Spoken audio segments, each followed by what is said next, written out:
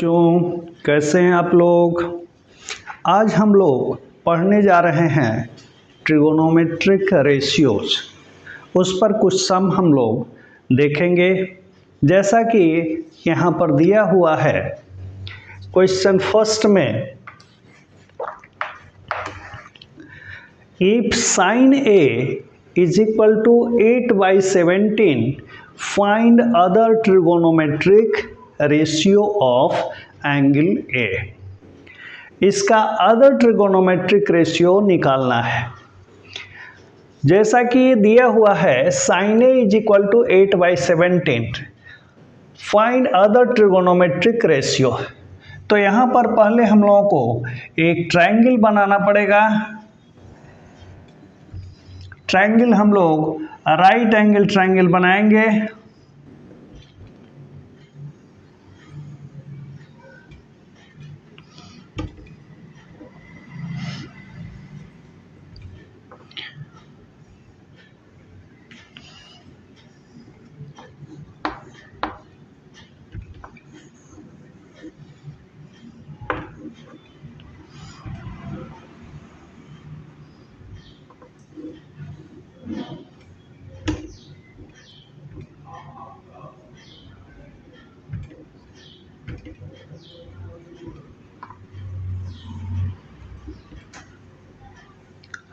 ये right angle triangle है, triangle A B C. इसमें बी एंगल को हमने 90 डिग्री बनाया है। तो अदर दोनों जो एंगल्स होंगे ए एंड सी, ये दोनों एक्यूट एंगल होंगे। क्यों एक्यूट एंगल? इसलिए होंगे कि ट्रायंगल के तीनों एंगल का सम 180 होता है। तो यदि एक एंगल ही 90 डिग्री है तो दूसरा एंगल मिलाकर के 90 होना चाहिए। दोनों एंगल मिलाकर के 90 डिग्री होना चाहिए, क्योंकि 90 + 90 180 होता है। इसलिए ये angle A and angle C दोनों एक्यूट एंगल हैं, यानी 90 डिग्री से छोटे हैं। तो यहाँ पर दिया हुआ है sine A is equal to 8/17 find other trigonometric ratio of angle A. इस एंगल ए का हमको दूसरे जो ट्रिगोनोमेट्रिक रेशियो हैं उसको निकालना है। तो यहाँ पर दिया है sine A is equal to 8/17, यानी साइन ए का value, sine A is equal to क्या होता है? परपेंडिकुलर बाई हाइपोटेन्यूज, यानी इसके सामने वाला जो साइड होगा वो परपेंडिकुलर होगा। ये हाइपोटेन्यूज है, ये हाइपोटेन्यूज है। इसको एच कहते हैं। ये है परपेंडिकुलर और ये है बेस। किसी भी इस राइट एंगल ट्रायंगल में तीन साइड्स, तीनों के अलग अलग नाम होते हैं। किसी का परपेंडिकुलर, कोई बेस है, और सबसे जो लंबी भुजा है साइड्स है उसको हाइपोटेन्यूज कहा जाता है। तो यहाँ पर sine A is equal to 8/17 और sine A is equal to क्या होता है? ए के सामने वाला साइड जो है परपेंडिकुलर कहलाता है। तो यहाँ पर perpendicular sine A is equal to क्या होता है? परपेंडिकुलर अपॉन हाइपोटेन्यूज, यानी ए बी अपॉन ए सी होगा। ए बी अपॉन ए सी। अब हम ए बी और ए सी यानी 8/17, तो हम इस तरीके से लिख सकते हैं A B upon A C is equal to 8/17। अब हम यहाँ पर मान लेते हैं let A B is equal to, A B के सामने 8 है, यानी A B is equal to 8 और A C is equal to 17। तो हम लोग जो है ऐसे नहीं रखेंगे 8 और 17 जो रेशियो है उसको रेशियो को हम लोग किसी वेरिएबल के साथ रखना पड़ेगा। तो यहाँ पर लेते हैं let A B is equal to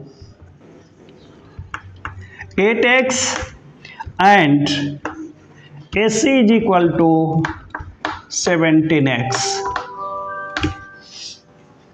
तो ए सी हो गया 17x 17 और ए बी जो है 8 है। तो यहां पर परपेंडिकुलर कितना होगा? परपेंडिकुलर तो दिया हुआ है 8 ए बी अपॉन ए सी, यानी A B upon A C. A B जो है 8x, यानी 8 यहाँ पर दिया हुआ है, ये 8 है, और ए सी जो दिया हुआ है 17 दिया हुआ है। तो ए बी हमको निकालना है, ए बी हमको निकालना है। बेस पाइथागोरस थ्योरम से हम जानते हैं किसी भी ट्रायंगल का, राइट एंगल ट्रायंगल में जो इसका रिलेशन है A B square plus B C square, यानी हम लिख सकते हैं कि perpendicular square P square plus B square is equal to H square होता है, और P square is equal to क्या दिया हुआ है 8x, यानी 8x का स्क्वायर प्लस बी स्क्वायर जो कि निकालना है B square is equal to H square, यानी 17x का होल स्क्वायर, और B square is equal to कितना हो जाएगा? B square is equal to 17x का whole square minus A plus में है, तो इधर से इक्वल के दूसरे तरफ जाएगा तो साइन उसका माइनस में हो जाएगा, यानी 17x स्क्वायर माइनस 8x का होल स्क्वायर, यानी कितना हो गया 17x का whole square 289x square minus 64x square is equal to कितना हो जाएगा? 9 में से 4 गया 5 और 8 में से 6 गया 2 और ये हो गया 225x स्क्वायर, और b इज इक्वल टू कितना हो जाएगा? b is equal to 225x का स्क्वायर रूट होगा, यानी 225 का स्क्वायर रूट होगा। चलिए देखते हैं इसको अभी फिर से।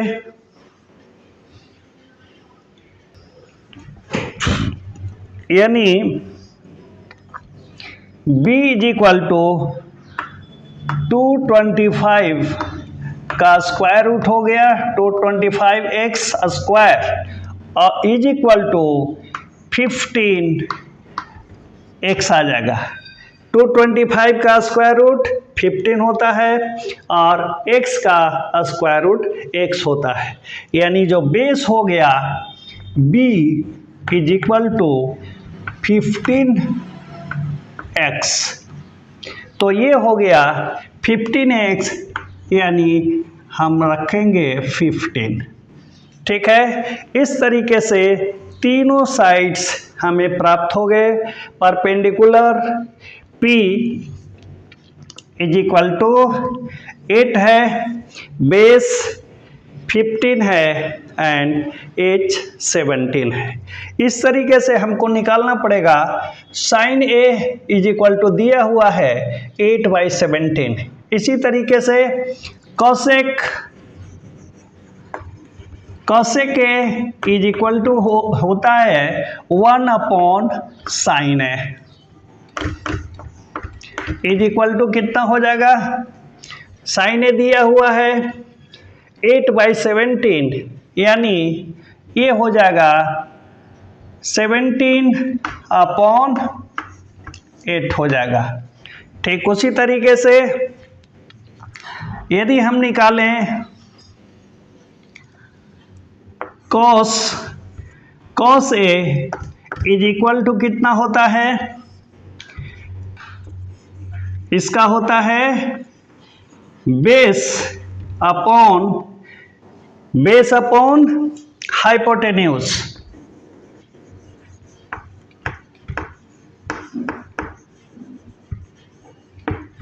बेस अपॉन हाइपोटेन्यूज, जैसा हम पीछे बताए थे, पिछले वीडियो में बताए थे कि आप लोग जो है इसका जो कुछ निमोनिक्स है पोएम हमने बताया था। क्या बताया था उस पोएम में? बताया था some people have curly brown hair and tightly pulled back. Some people have, C से कॉस होता है, some people have curly brown hair, यानी B/H यानी बेस बाई हाइपोटेन्यूज, यानी cos A is equal to base by hypotenuse होगा। तो base कितना है इसके अनुसार भरिए, 15 है, यानी 15 अपॉन कितना हो जाएगा, हाइपोटेन्यूज है 17। तो base cos A is equal to हो गया 15/17। उसी तरीके से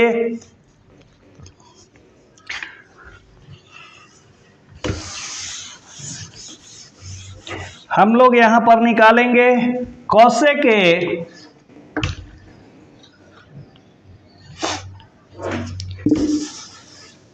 sec A is equal to 1/cos A होता है, 1/cos A, यानी cos A तो आपको मिल गया है 15/17, यानी cos A का उल्टा करना है, sec होता है, यानी 17/15 हो जाएगा। ये हो जाएगा 17/15। ठीक उसी तरीके से tan A हम लोग निकालेंगे। tan A is equal to क्या होता है, पिछला पोएम वीडियो का ध्यान दीजिए, टाइटली पुल्ड बैक, यानी क्या होता है, tan A is equal to क्या हो जाएगा, परपेंडिकुलर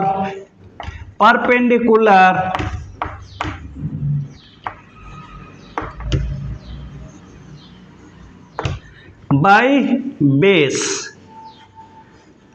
परपेंडिकुलर बाई बेस होता है, यानी परपेंडिकुलर यहाँ पर देखिए परपेंडिकुलर 8 है और बेस 15 है, यानी हो जाएगा 8/15। ठीक उसी तरीके से cot A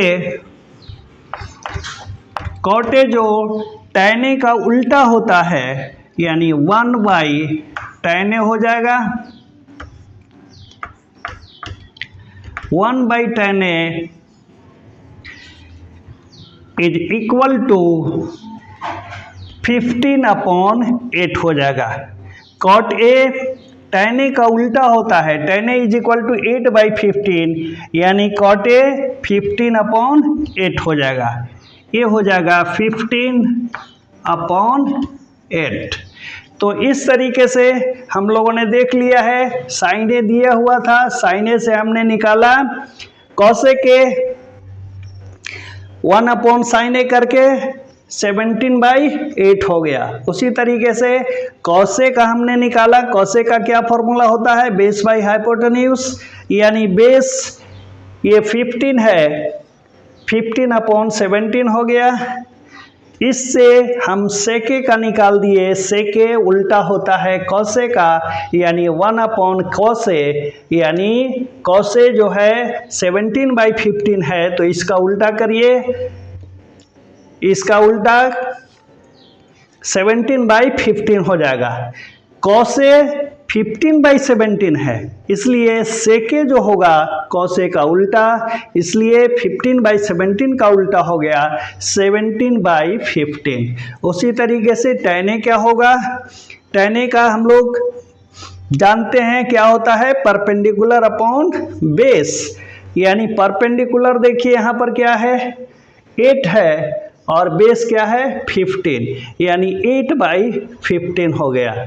तो tan A का वैल्यू 8/15 हो गया। cot A का वैल्यू, चूंकि tan A का उल्टा cot A होता है इसलिए cot A = 1/tan A, तो इसका उल्टा कर दीजिए 8/15 का 15/8, तो cot A = 15/8 हो गया। इस तरीके से 6 के 6 जो है आपको मिल गए। sin A तो दिया हुआ ही था, इससे हमको cos A tan A cot A sec इस तरीके से 5 वैल्यू हमने निकाल लिया है। तो इस तरीके से ट्रिगोनोमेट्रिक रेशियो निकाले जाते हैं। ठीक है, इसके बाद हम लोग दूसरा सम्स करेंगे अगले वीडियो में। तब तक के लिए हम आपसे विदा लेते हैं।